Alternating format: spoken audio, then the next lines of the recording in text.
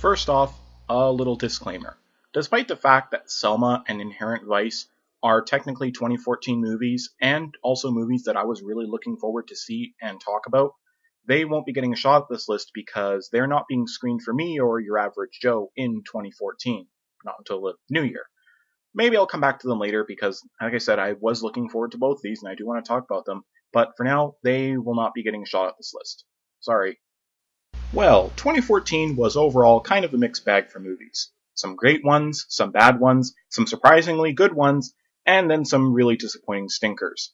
Today, let me count down what I thought were the 10 best movies of 2014. Starting with number 10, 300, Rise of an Empire. Yeah, I was just as surprised as you probably are now with this. Who would have thought that one of the most seemingly unnecessary sequels would turn out to not only be better than its predecessor, but also be one of the big action highlights of the year? But yeah, Rise is smarter and more inventive than 300, and also has Ava Green, whose scenery obliterating performance really has to be seen to be believed. So go check this out if you haven't already. Number 9, John Wick. I've always thought Keanu Reeves is a great actor, and that he will win an Oscar someday. It probably won't be for this movie, but Wick is a phenomenal film in its own right, and along with Man of Tai Chi, is a great comeback for one of the kings of blockbuster cinema. Wick also proves that you don't need BS ADHD cam and schizophrenic editing to make improbable combat seem probable, and that you can succeed at world building solely through character interactions and uses in the story, not with tedious exposition. So, welcome back, Mr. Anderson. Can't wait to see what's next. Number 8, Fury.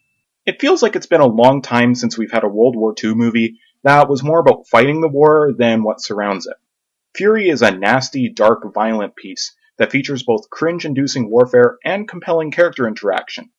It mainly explores the effects war can have on normal human beings through jaw-dropping tank warfare and holding nothing back when depicting the brutality of the final days of the Second Great War. Number 7, Gone Girl. I don't need to tell anyone at this point that David Fincher is a freaking genius. The guy has probably forgotten more about making dramatic, lurid mysteries than most other filmmakers have learned.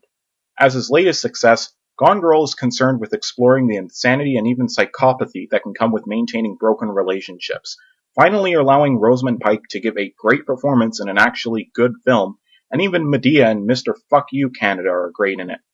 So, can we just give Fincher his directing Oscar already? Number 6, Captain America, The Winter Soldier. I almost feel a little smug in the thought that I, as a proud Canadian, names Captain America as his favorite superhero, but this movie really goes far to show that he's deserving of that title from anyone. Cap 2 goes above and beyond most superhero films in scale, dropping Rogers into what seems like a routine spy thriller about government overreaction following a homeland invasion until everything unravels at the seams, flipping the entire Marvel Cinematic Universe table over in the process, as well as delivering some awesome hand-to-hand fights and shootouts. I mean, wow, who knew they would top the Avengers so quickly? Number 5, Dawn of the Planet of the Apes. Man, Rise was a great relaunch for the Planet of the Apes series, a 100% awesome sci-fi blockbuster about monkey revolution in San Francisco. But Dawn is one of those magic sequels that improves upon the first in every way possible while still retaining everything that made the first title great. Dawn succeeds the 180% awesome sci-fi blockbuster boilerplate about a seemingly inevitable war between apes and human survivors, climaxing with apes dual-wielding machine guns on horseback. Wait, can I change that to 250% awesome? Number 4, Guardians of the Galaxy. And then Marvel topped itself again the same year.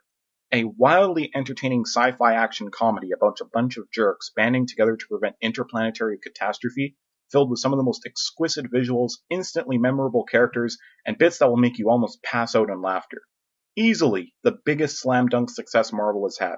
Guardians, simply put, is the best Star Wars movie we've gotten since Empire. Number 3, the Lego Movie. And the guys behind Clone High, 22 Jump Street, and Cloudy with a Chance of Meatballs strike again.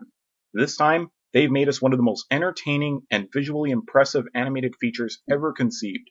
And between this, Guardians, and Jurassic World, Chris Pratt may just turn out to be the next Harrison Ford.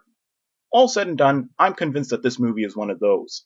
Game changer. Something that will totally restructure the way films are thought and made by the generation of future filmmakers that see it today as children.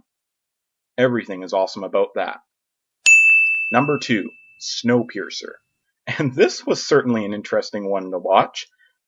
Snowpiercer is essentially Apocalypse Now crossed with the Hunger Games on a train at its core, but surrounding it is a full-blown societal rampage on classism and capitalism. And with every car passed on the way to the front, the film dives deeper and deeper into chaos, insanity, and psychopathy, asking you to question everyone's actions at length, if there really is a beneficial solution, and whether stable, unequal societies are better or worse than unsure equal ones. Just have to make your way to the front. Number 1, Noah. And all said and done, whenever I pondered upon the films of 2014, I always ended up comparing them to this. Noah is more than just a fantasy epic retelling of the story of the world flood. It manages to also be a modern societal critique, frightening call for environmentalism, and even subtly a middle finger to the biblical fundamentalists that basically ruin religion for everyone. Because of these feats, Noah manages to be one of the most relevant and important films made in recent memory, despite the dubious source material, and is far and away a full masterpiece and the best movie of 2014. So that was the best of list. Next one will be some of the big disappointments of 2014, so come check back for that. This has been ModelOmega, and thanks for watching. Please leave a rating, a positive or negative comment, and have a great day.